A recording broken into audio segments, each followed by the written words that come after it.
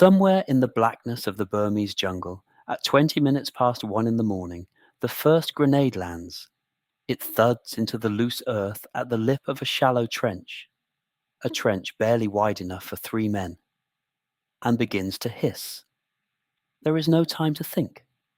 There is only time to act.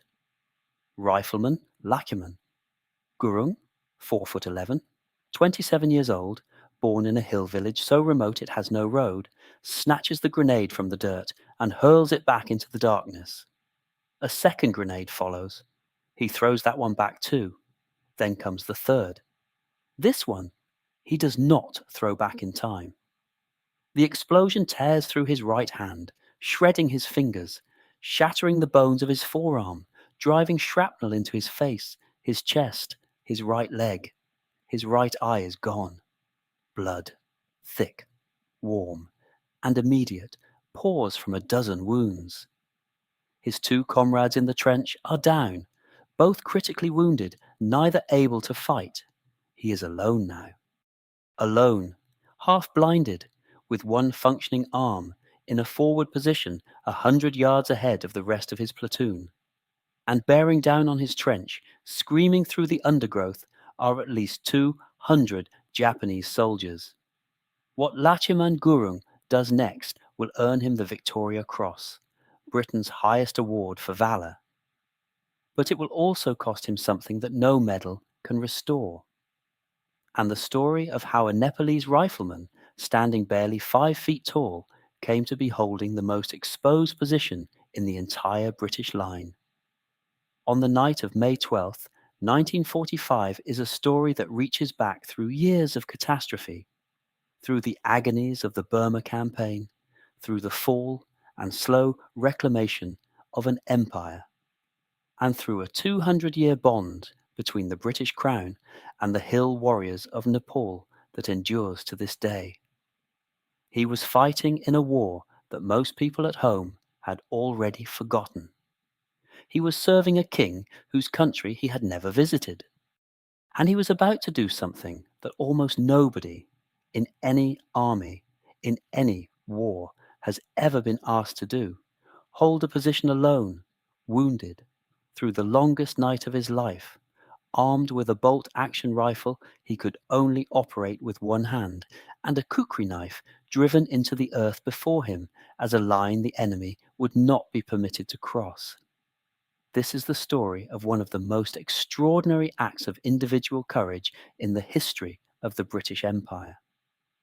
But it is also the story of the men who made it possible, the Gurkhas, and of the campaign that nearly broke them. The Burma Campaign was the longest, bloodiest, and most neglected theatre of the British War. The men who fought it called themselves the Forgotten Army. By the spring of 1945, they had earned the name. But they had also earned something else, the right to call themselves the force that destroyed the Japanese army in the field. And on one dark night in the Irrawaddy Valley, a single rifleman proved why. By May 1945, the war in Europe was over. Berlin had fallen. Hitler was dead, and the streets of London were hung with bunting for victory in Europe Day. Churchill stood on the balcony of the Ministry of Health in Whitehall and basked in the adulation of 250,000 people. The war, for most Britons, was finished. But not for everyone. 12,000 miles to the east, in the suffocating heat and monsoon mud of Burma, tens of thousands of British, Indian, Gurkha, and East African soldiers were still fighting. They had been fighting for 3 years. They had endured some of the worst conditions any army has faced in modern warfare. Tropical disease that felled more men than Japanese bullets, supply lines that stretched across 1,000 miles of mountain and jungle, and an enemy whose doctrine of death before surrender made every engagement a fight to the last. The men of the 14th Army knew, with bitter clarity, that Britain's attention was elsewhere. They had watched the Normandy landings receive wall-to-wall coverage in the press, whilst their own grinding advance through the Arakan barely merited a paragraph. Field Marshal Slim, their commander, understood this neglect. He channeled it. He turned the resentment into fuel. William Slim was by any measure the finest British general of the Second World War. A judgment that even Montgomery's admirers have occasionally conceded. A man of modest origins and no social pretension, Slim had taken command of the 14th Army in October 1943, when it was a demoralized rabble reeling from the humiliation of the longest retreat in British military history. The fall of Burma in 1942 had been a catastrophe.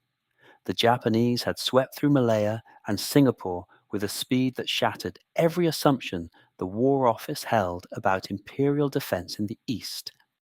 When Rangoon fell in March 1942, the remnants of the British and Indian forces were driven northward in a desperate 500-mile retreat to the Indian frontier. Thousands died of disease, exhaustion, and Japanese ambush along the way. Morale collapsed. Slim rebuilt it. He reformed training, insisted on jungle acclimatization, reorganized logistics around air supply, and, crucially, taught his men that the Japanese could be beaten. The turning point came in 1944 at Imphal and Kohima, where the Japanese launched their own offensive into India and were comprehensively destroyed. These twin battles, fought between March and July 1944, were the greatest defeat the Japanese army suffered on land in the entire war. Over 50,000 Japanese soldiers died. The road back to Burma was open. By early 1945, Slim's 14th Army was across the Chindwin and driving for the Irrawaddy, the great river that bisects Burma from north to south. His plan, Operation Extended Capital, was a masterpiece of deception. 33rd Corps would feint towards Mandalay, drawing the attention of General Kimura's Burma Area Army, whilst 4th Corps swung south through 300 miles of jungle to cross the Irrawaddy at Pakoku and seize the vital supply hub at Meiktila. It worked brilliantly. Mandalay fell in March. Meiktila was taken and held against furious counterattack. The Japanese were shattered, but the war was not finished. Thousands of Japanese troops remained in Burma, fighting rearguard actions, launching night attacks, and dying in the jungle rather than surrender. It was into this lethal twilight, the dying spasms of a beaten but still dangerous army, that Lakiman Gurung and the 4th Battalion, 8th Gurkha Rifles, were sent in late April 1945. To understand Lakiman Gurung, you must first understand the Gurkhas. The relationship between the British Crown and the hill peoples of Nepal is one of the most remarkable and most complicated military alliances in history. It began in 1815, when the British East India Company, having fought a 2-year war against the Gurkha kingdom and been deeply impressed by the ferocity and discipline of the Nepalese fighters, decided it was far better to recruit them than to fight them. The Treaty of Sugauli ended the conflict and opened the door to Gurkha service in the British Army. For over 2 centuries since, Gurkha soldiers have fought in every major British conflict, from the Indian Mutiny to the Falklands, from the trenches of the Western Front to the mountains of Afghanistan. 13 Gurkhas have been awarded the Victoria Cross. Their reputation precedes them. The men recruited into Gurkha regiments came overwhelmingly from the hill villages of central and western Nepal, places of terraced fields, subsistence farming, and a warrior tradition that valued physical courage above all else. Selection was fierce even in wartime. Thousands of young men would present themselves at recruiting depots, and only a fraction would be accepted. They were tested for stamina, fitness, and that indefinable quality the British called soldier likeness. Lachiman Gurung, who presented himself for enlistment in December 1940, very nearly did not make the cut. At 4'11", he was an inch below the peacetime minimum height. But this was wartime, and the recruiters, perhaps recognizing something in his bearing that the tape measure could not quantify, let him through. He was assigned to the 4th Battalion, 8th Gurkha Rifles, a regiment with roots stretching back to 1824 and a reputation for toughness that made it ideally suited for the Burma Campaign. After basic training in India, where he learnt to handle the Lee-Enfield bolt-action rifle and to fight with the kukri, the curved Nepalese fighting knife that is the Gurkha's signature weapon, Gurung was deployed to Burma. The Burma Campaign was, by 1945, entering its final and most dangerous phase. Slim's great offensive had broken the back of the Japanese Burma Area Army, but the remnants were far from finished. Japanese military doctrine held that surrender was the ultimate disgrace. Officers and men alike were expected to fight to the death, and in the closed jungle terrain of Burma, this made even a retreating enemy lethally dangerous. Night infiltrations, banzai charges, and grenade attacks on isolated positions were constant threats. The Japanese were expert jungle fighters. They moved silently through the undergrowth. They were masters of camouflage, and they possessed an almost supernatural willingness to absorb punishment. In late April 1945, the 89th Indian Infantry Brigade, part of the 7th Indian Division, was ordered across the Irrawaddy to intercept and destroy Japanese forces withdrawing northward along the Prome-Taungup Road. Gurung's battalion, the 4th/8th Gurkhas, detached 2 companies to block the enemy's escape route near the village of Taungdao on the west bank of the river. But the blocking force quickly found itself in trouble. Instead of intercepting a retreating enemy, the Gurkhas discovered that they were surrounded and cut off by hundreds of Japanese troops who were very much still willing to fight. Lakhiman Gurung was assigned to the most forward position in the entire company perimeter, a shallow trench 100 yards ahead of the main line, shared with 2 other riflemen. It was a listening post, an early warning position designed to give the company behind them a few precious seconds of notice if the Japanese attacked. Everyone understood what this meant. The men in that trench would be the first to take the blow. They were, in the cold arithmetic of war, expendable. The night of May 12th, 1945 was hot, dark, and utterly still. They came at 1:20 in the morning.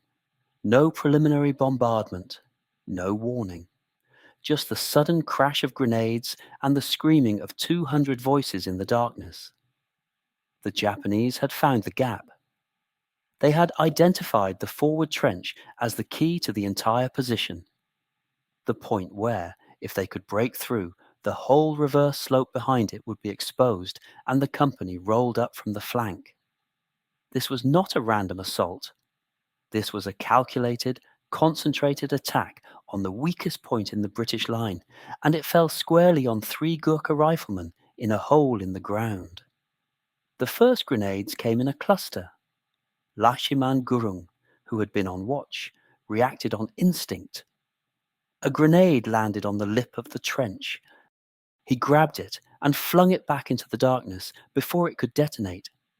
Seconds later, another grenade dropped among the 3 men. Again, Gurung snatched it up and hurled it back. The detonation lit the jungle in a brief white flash, followed by screams from the attackers. Then came the third grenade. It landed just outside the trench, on the parapet. Gurung reached for it. He got his right hand around it, and it exploded. The blast destroyed his fingers. It shattered the bones of his right forearm. Shrapnel tore into the right side of his face, blinding him in one eye. More fragments ripped into his chest, his abdomen, his right leg.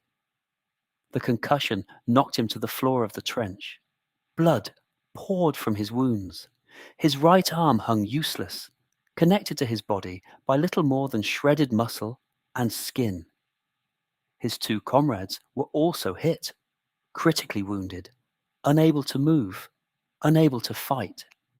In the space of perhaps 30 seconds, the forward position of the 4th/8th Gurkhas had been reduced from 3 functioning riflemen to one half-blinded, one-armed man lying in a pool of his own blood.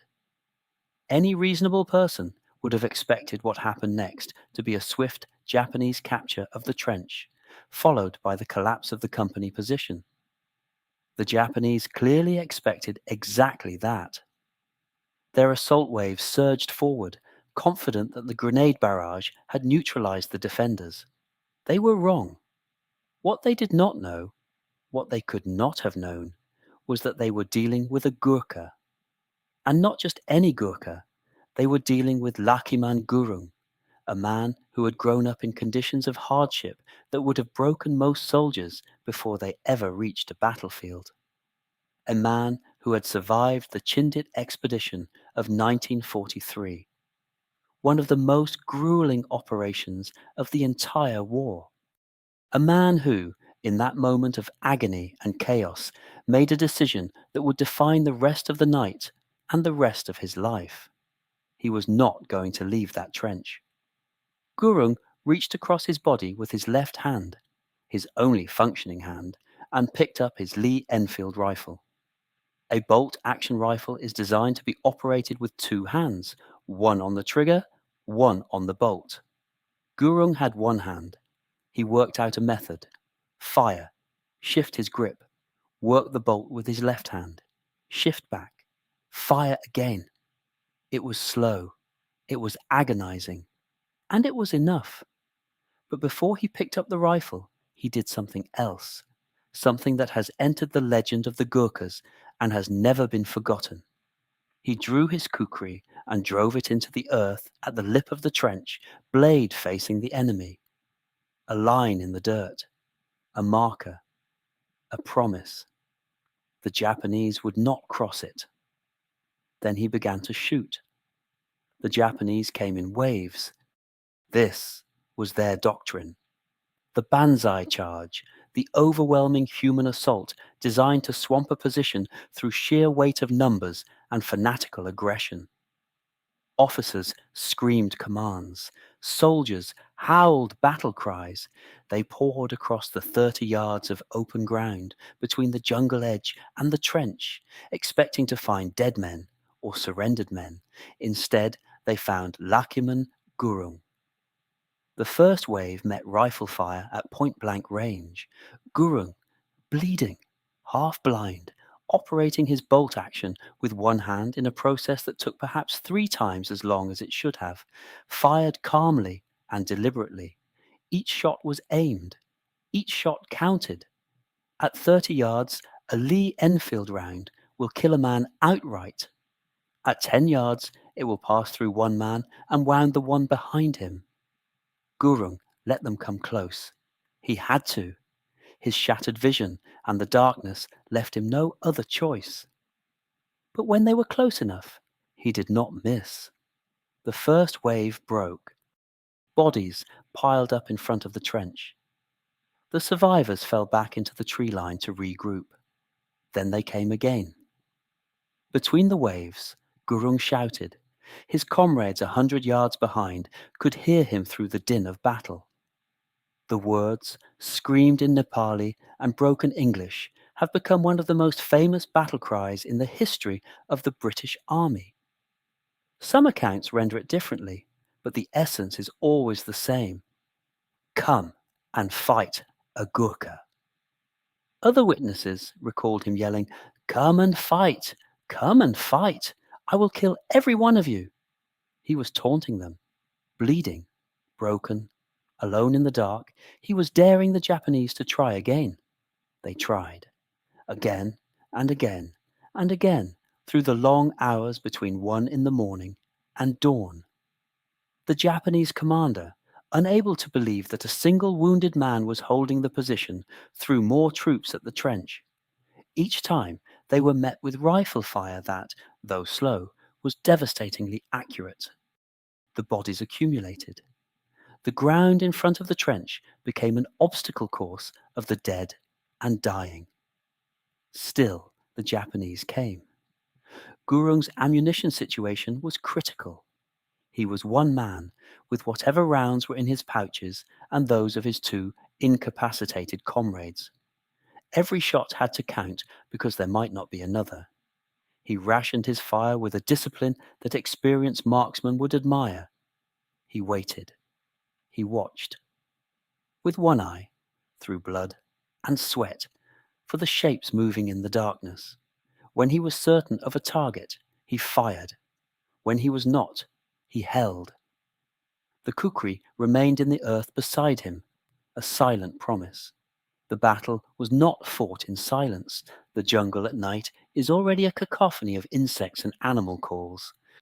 Add to that the crack of rifle fire, the thud and blast of grenades, the screams of wounded men in 2 languages, the crash of bodies through undergrowth, and the shouted defiance of a single Gurkha rifleman, and the scene becomes almost hallucinatory. The men of the main company position, 100 yards back, could do little but listen. They were themselves under attack from other directions. They could hear Gurung fighting. They could hear him shouting. And they could hear, with each wave, the sound of his rifle, slow, measured, relentless, 4 hours. That is how long the citation records. 4 hours of continuous, close-range combat, alone, wounded in at least a dozen places, operating a weapon designed for 2 hands with one, bleeding from wounds that would have killed a less determined man. 4 hours in which the entire tactical position of the company, and by extension the battalion, rested on the shoulders of a man who stood 4'11" and weighed perhaps 8 stone. Dawn came slowly, grey light filtering through the canopy. The Japanese attack subsided.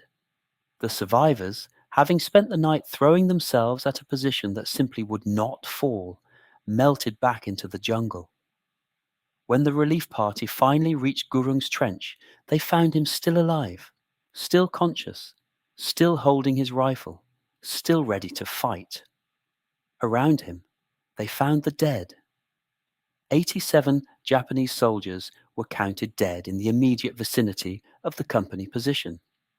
31 of them lay directly in front of Lakiman Gurung's trench.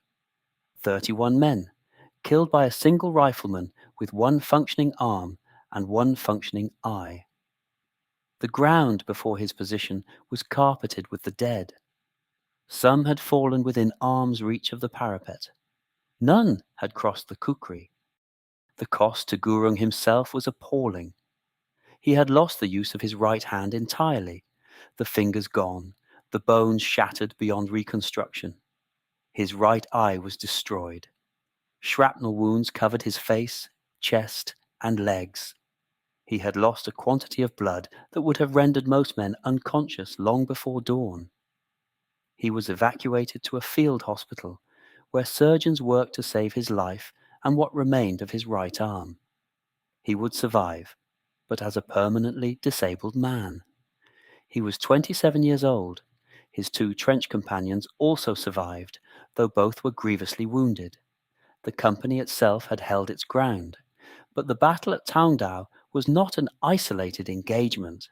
It was part of the broader pattern of desperate rearguard actions that characterized the final months of the Burma Campaign, in which Japanese forces, cut off, starving, and disease-ridden, continued to fight with a ferocity that appalled and awed their opponents in equal measure. The broader cost of the Burma Campaign to Britain and the Empire was staggering. Over the course of 3 years of fighting, British and Commonwealth forces suffered approximately 71,000 casualties, including over 14,000 killed. Disease, principally malaria, dysentery, and scrub typhus, accounted for more hospital admissions than combat wounds by a factor of 10 to 1. The Gurkha regiments, who formed the backbone of much of the fighting in Burma, suffered over 2,600 killed, with a further 113 British officers serving with Gurkha battalions losing their lives. The human cost among the Japanese was even more devastating. An estimated 185,000 Japanese soldiers died in Burma, the majority from disease and starvation during the catastrophic retreats of 1944 and 1945. Whole divisions ceased to exist. The Japanese 15th Army, which had launched the offensive against Imphal with nearly 100,000 men, staggered back across the Chindwin with barely a third of its strength. Yet, for all the scale of the slaughter, the Burma Campaign remained obstinately peripheral in the British public consciousness. The war in Europe absorbed the attention of the press, the politicians, and the people. VE Day was celebrated with a fervour that the men of the 14th Army watched from afar with mixed feelings. Slim himself noted the irony. His army had fought the longest campaign of the war, destroyed the largest Japanese army in the field, and advanced further and faster than any comparable force. And yet few people at home could have found Burma on a map, let alone named the battles fought there. The political cost was subtler, but no less real. The fall of Singapore in 1942 and the subsequent loss of Burma had shattered the myth of British invincibility in the East. The reconquest of Burma restored military prestige but could not undo the political damage. Across Southeast Asia, nationalist movements had been galvanized by the spectacle of white colonial powers being humiliated by an Asian army. The Indian National Army, composed of Indian prisoners of war who had switched sides to fight alongside the Japanese, represented a direct challenge to the legitimacy of British rule. The war had been won, but the empire that had fought it was already crumbling. Lakshman Gurung's Victoria Cross was gazetted on July 27, 1945, 3 weeks before the atomic bombs fell on Hiroshima and Nagasaki and ended the Pacific War. His citation, published in the London Gazette, described his actions in the measured prose of official military language, but even that restrained account could not disguise the extraordinary nature of what he had done. The concluding lines are worth remembering. That had the enemy succeeded in overrunning Gurung's trench, the whole of the reverse slope position would have been dominated and turned. His stand had not merely been brave, it had been tactically decisive. On December 19, 1945, at the Red Fort in Delhi, Field Marshal Lord Wavell, Viceroy of India, pinned the Victoria Cross to Gurung's chest. It was the final act in a tradition that stretched back to the Crimean War, the Crown honouring its bravest with its highest distinction. Gurung received it with the quiet composure that his officers had always noted in him. His commanding officer, Lieutenant Colonel W.C. Walker, who would later rise to the rank of general, had signed the recommendation just 6 days after the battle, recognizing immediately that he had witnessed something exceptional. But the world into which Gurung emerged from hospital was vastly different from the one in which he had enlisted. Indian independence, which came in August 1947, forced a painful division of the Gurkha regiments. Under the terms of the tripartite agreement between Britain, India, and Nepal, 4 Gurkha regiments were transferred to the newly independent Indian Army, and 6 remained with the British. The 8th Gurkha Rifles, Gurung's regiment, went to India. Gurung chose to stay with them, continuing to serve despite his disabilities. Slim's 14th Army, meanwhile, passed into history as one of the most effective fighting formations of the war.